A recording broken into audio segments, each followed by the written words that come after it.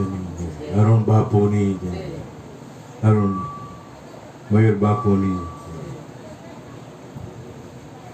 ઘણા સંતોએ ખાસ ખાસ ભલામણ આપી અને ખરેખર સદગુરુના બાળકને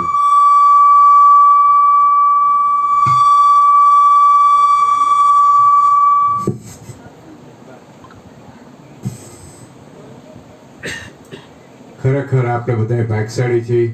આવા મહાપુરુષોનો સાથ મળે છે, સત્સંગ મળે છે અને ખરેખર અહીંયા બધા આવેલા બધા મહાત્માઓ ખરેખર ભાગ્યશાળી છે.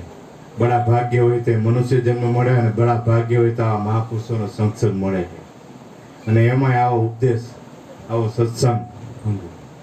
પણ હવે જેવી લગ્નથી દીધો એવી લગ્નથી જો લઈ લેવાય, સતલોકનો સંદેશો છે ભાઈ. જેવી લગ્નથી દીધો એવો લગ્નથી જો લઈ લઈએ તો ભાણ ને ભાઈ રકામ છે, એમાં આપણે ભાઈ રકામ થઈ જાય એવું છે.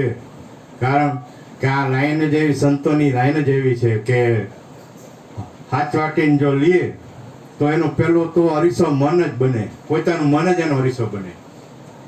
પછી ઘરના સભ્યો અરીસો બને, પાડોશી અરીસો બને, શેરીવાળા અરીસો બને, જગત અરીસો બને. કારણ કે આ ઉપદેશ જ અરીસો છે, સમજી લો.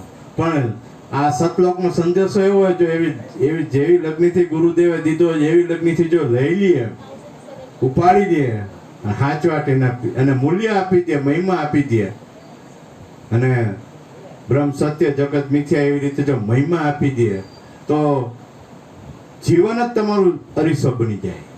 બધા જ્યાં જાવ તમે અરીસો જીવન જ બતાવી દે એવી આ લાઈન છે. બરાબર, જાજુ ત્યાં બોલવા જેવું નથી. અમારા અરુણ બાપુ ત્યાં અડો અમારે પણ એનો કૃપા હતી, આદેશ કર્યો મારા સત્સંગને વિરામ આપો. બોલો સદગુરુ મહારાજની જય.